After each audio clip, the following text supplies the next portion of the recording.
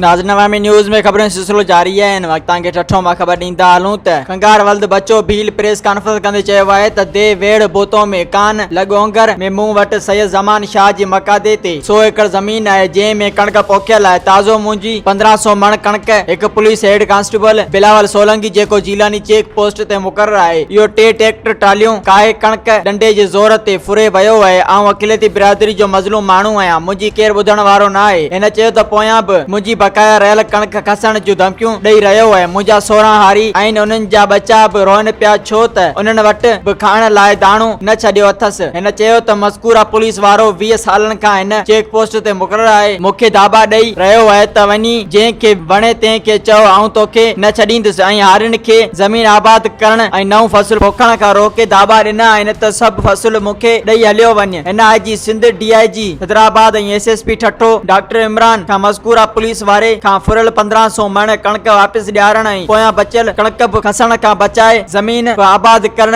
ॾिनी वञे ऐं 20 सालनि खां मुक़रर हेड कांस्टेबल बिलावल सोलंकी खे हटाए मूंखे इंसाफ ॾिनो वञे। मज़ीद खबरों और तफसीलात के लिए विजिट करें हमारी वेबसाइट www.awamiNewsHD.com।